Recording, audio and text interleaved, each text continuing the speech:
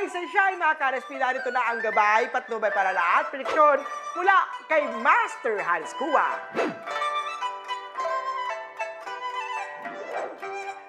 Sa mga pinanganak ng Year of the Rata, hectic ang schedule, kaya naman mag-focus sa mga trabaho at tapusin agad bago mag-weekend. Re-energize yourself with crystals at magpa-araw. Maraming authentic na crystals na babagay sa iyong personal na zodiac sign. Orange at 3 ang swerte kay Year of the Rat. Oksaman tayo, may benepisyo sa kalusugan ang pagtigil sa bad habits. Umpisahan na ang araw ng pagbabago. Good time din para maglipat ng bahay o negosyo or mag-travel. Swerte rin yan. Wealth shift, ilagay yan sa southeast direction ng workplace. Orange at 1 ang swerte kay Year of the Ox. Tiger naman tayo, maswerte ka sa kaibigan, huwag din silang bibiguin. Bigyan ng maayos na advice na higit pa sa kailangan nila sa material na bagay. Blue at 3 ang swerte kay Year of the Tiger. Sa rabbit naman tayo, try something new today. Nagiging boring na ang buhay mo. Humanap ng inspirasyon sa mga bagay na hilig mo. Just make sure na isagawa ito sa lalong madaling panahon. Green at 4 ang swerte kay Year of the Rabbit. Sa Dragon naman tayo, huwag ma-offend sa mga pagko-correct sa'yo na bibigay o komento ng iba. Be calm at tanggapin ito ng positibo. Maging basehan yan na para ma-improve ang sarili. Gray at 7 ang swerte kay Year of Dragon. Sa Snake naman tayo, hinay-hinay lang sa tukso na pagkain. Mas mainam na ikaw ang mag-prepare ng mga hinahain na pagkain sa pamilya. Kahit mahal o sosyal ang pag-selfie ng crispy pork belly, hindi ito maganda para sa kalusugan. Pero kung minsan, pwede naman konti-konti, tikim-tikim lang.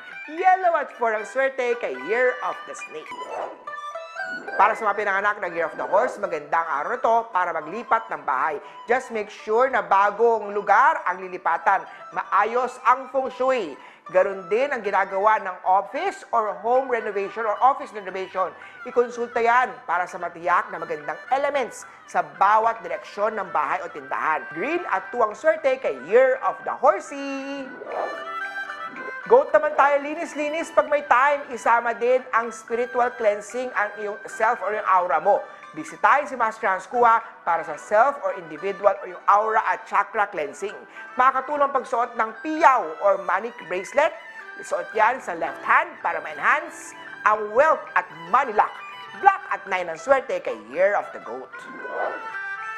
Sa monkey naman, huwag agad-agad maniwala sa nakikita sa social media. I-secure ang password at huwag basta ibigay ang mga password. Online scam ay totoo. Ingatan yan, magsuot ng amethyst na bracelet para maalis ang mga bad energy. Purple at 7 ang swerte kay Year of the Monkey.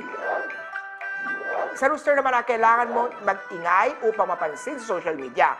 Gumawa ng bagong gimmick at pakwela. Kailangan ma-involve ang bagong style.